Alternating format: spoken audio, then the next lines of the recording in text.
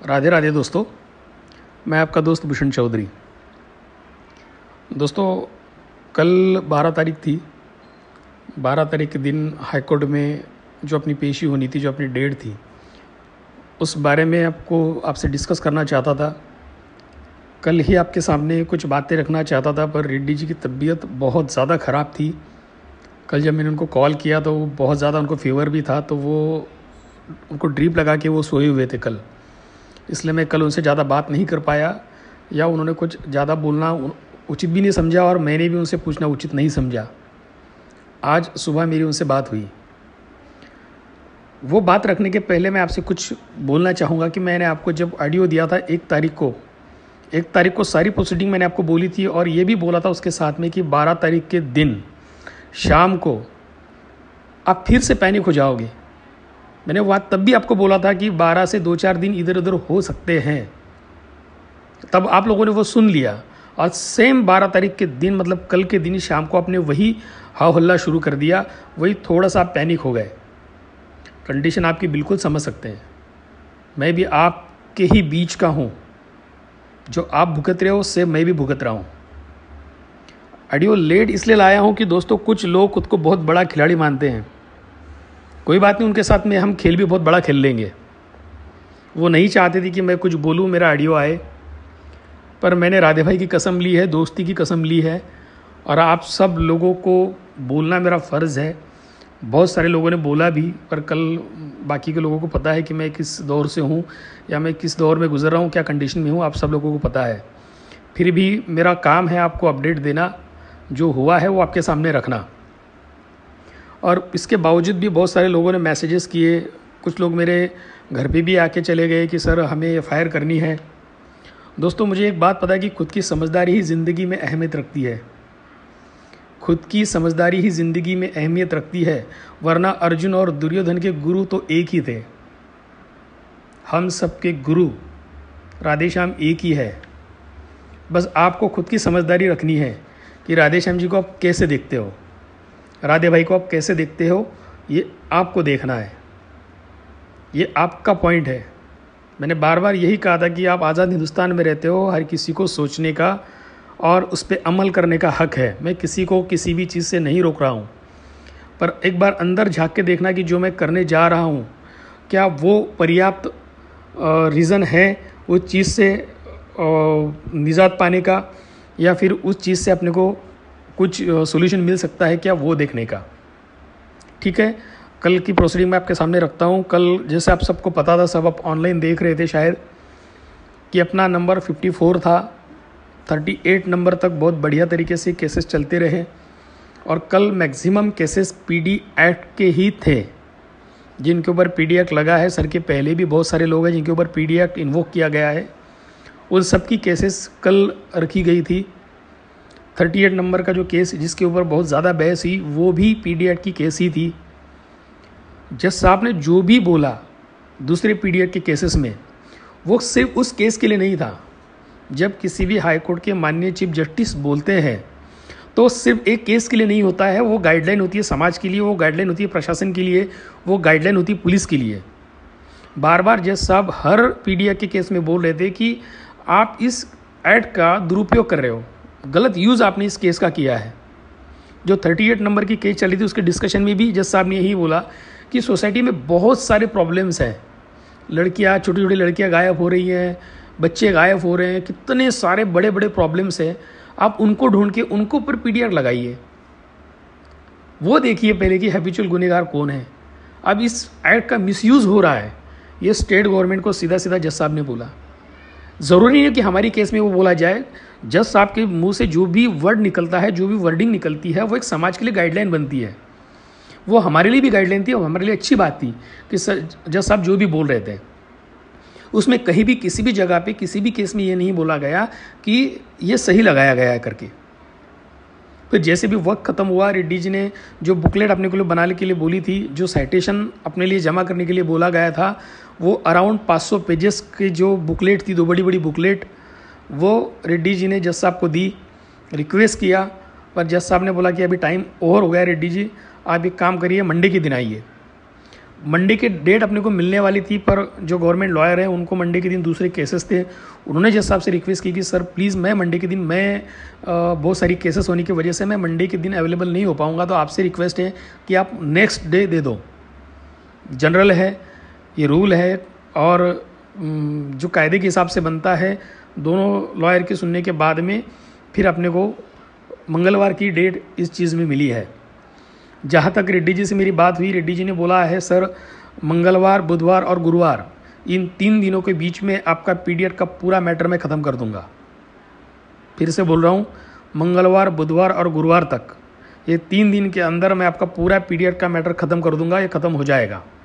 मैंने जैसे भी आपको इसके पहले भी बोला था कि आर्गूमेंट इसमें ज़्यादा नहीं होती है, इसमें ज़्यादा डेट्स नहीं पड़ती है।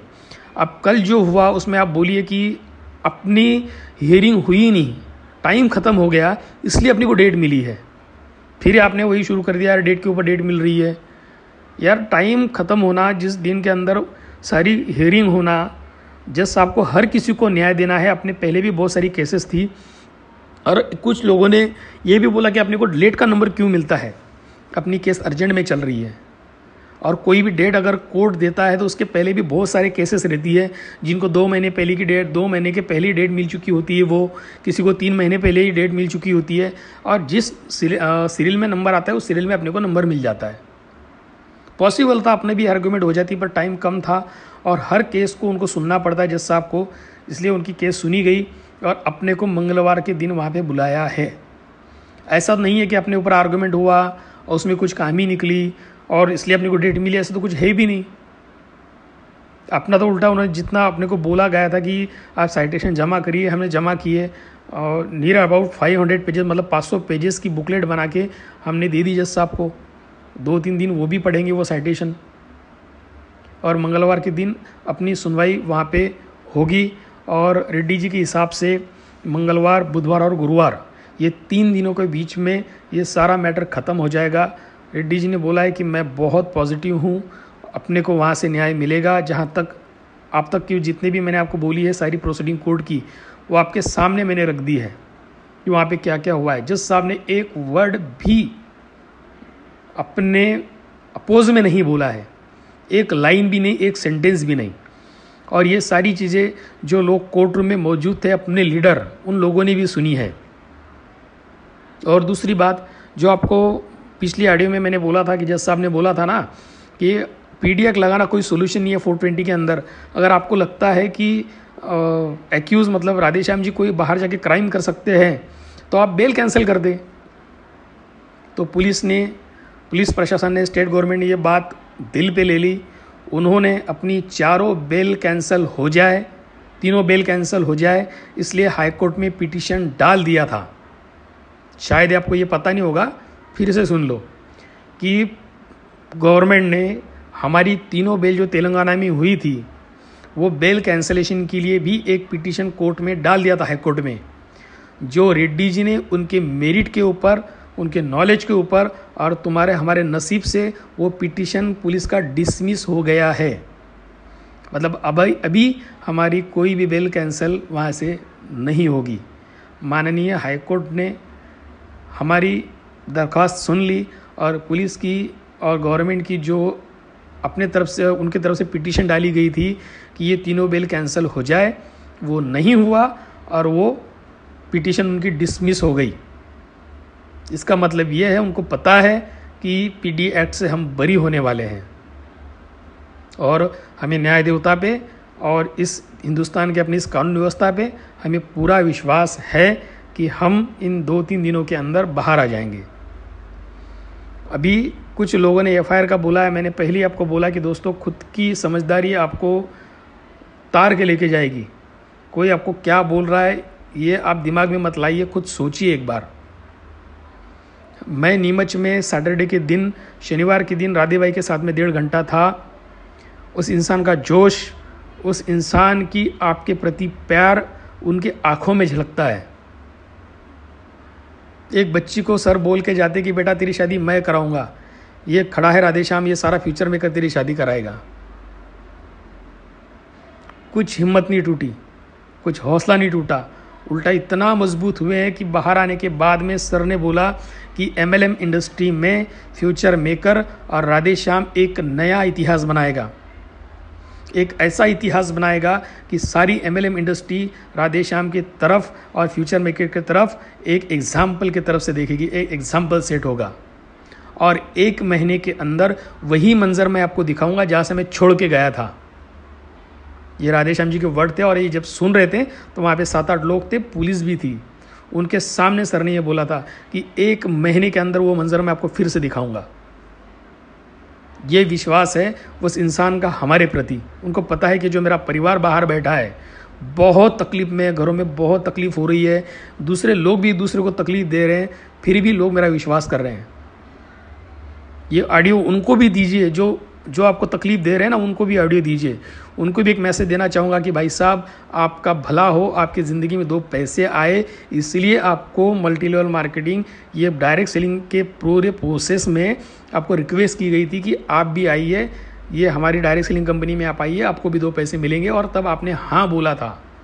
किसी ने भी आपके खिसे में से पैसे नहीं छीने थे, आपको कन्विंस किया गया, आप कन्विंस हुए, आपने सोचा, पूरी रात सोचा होगा, 2 दिन सोचा होगा, फिर तीसरे दिन आपने हाँ बोला होगा। तब आपने आपके मन में तो सोचा होगा कि चलो मुझे भी कुछ पे आउट आ जाएगा, मुझे भी कुछ पैसे आ जाएंगे, मैं भी अपनी ज़िंदगी में कुछ बन पाऊंगा। तो इस दुख की घड़ी में उनको भी तो साथ दे दीजिए थोड़ा दिन। वक्त क्यों लगा है, ये सारी चीज़ें आपको बार बार बोली गई है। जब भी कोई कोर्ट की प्रोसीडिंग हुई है आपके सामने, जैसे कि वैसे रखी है, आज भी रखी है रेड्डी जी के हिसाब से। मंगलवार, बुधवार और गुरुवार, ये 3 दिनों के बीच में सारा मैटर खत्म हो जाएगा। कुछ लोगों ने नीमच के बारे में पूछा, नीमच की सेशन कोर्ट में बेल लगी है, वो भी बेल 1-2 दिन में आपके सामने आ जाएगी। बेल होना एक बहुत नॉर्मल आम बात है, ये नॉर्मल सी बात है। इसलिए इतना भी प्रेशराइज मत करो खुद को कि आपको खुद को तकलीफ होने लग जाए। कुछ लोगों को नहीं लगता था कि मैं ऑडियो बनाऊं, पर भाई साहब, अगर आपको मेरा आवाज़ पसंद नहीं है तो प्लीज़ इसको डिलीट कर देना, आप सुनना भी मत। मैं उनके लिए बना रहा हूँ जिनको बहुत ज़रूरत है, जिनको पता करना है कि एग्जैक्ट हुआ क्या। वो भी मैंने आपके सामने जैसे का वैसा आपके सामने रखा है। बस मंगलवार, बुधवार और गुरुवार, इन 3 दिनों के बीच में ये सारा रिजल्ट आपके सामने आ जाएगा। जो अपनी बेल कैंसिलेशन के लिए पिटीशन डाली गई थी पुलिस द्वारा, वो भी हाई कोर्ट में रेड्डी जी ने 2 दिन के अंदर डिसमिस करवा दी। ये उतनी ही खुशी की बात है जितनी PD एक्ट की दिन अपने को होने वाली है। ये दोनों चीज़ें मैंने आपके सामने रखी है। अभी जो लोग FIR करना चाहते हैं, करवा चुके हैं, उनको मैं क्या बोलूँ, मेरे पास कोई वर्ड नहीं है उनके लिए रोकने के लिए। आप सोचना कि आपके वजह से कितने लोगों के घर में दुख पैदा हो जाएगा। आपके पास नॉलेज है, आपके पास में डेयरिंग है, इसलिए आप पॉलिटिशियन में चले गए। पर जो लोग घरों में गरीब लोग बैठे हैं, किसी का 25,000, किसी का 56,000, किसी का कितना, इतने लगे हैं, वो लोग क्या करेंगे आपकी एक हरकत की वजह से। बाकी आपको मुबारक हो, आपकी जो आप कर रहे हो, उसके बारे में आपको ज़्यादा मैं कुछ बोल नहीं पाऊँगा। आप सबको भी निवेदन करूँगा दोस्तों, आखिर के आखिर में, कि कुछ दिन और की ये बात है, कोर्ट की प्रोसीडिंग है, वक्त ज़रूर लगा है, पर 1 तारीख को ही मैंने बोला था कि 12 तारीख के आगे 2-3 दिन हो गए और वैसा ही ये हो रहा है। कोर्ट की प्रोसीजर की वजह से ये हो रहा है, कुछ भी उसके अंदर गलत चीज़ नहीं हुई है। राधे राधे दोस्तों, जय हिंद। रामनवमी की आपको बहुत सारी शुभकामनाएं, और प्लीज़ कुछ दिन हमारे राधे भाई को साथ दे दीजिए। Thank you.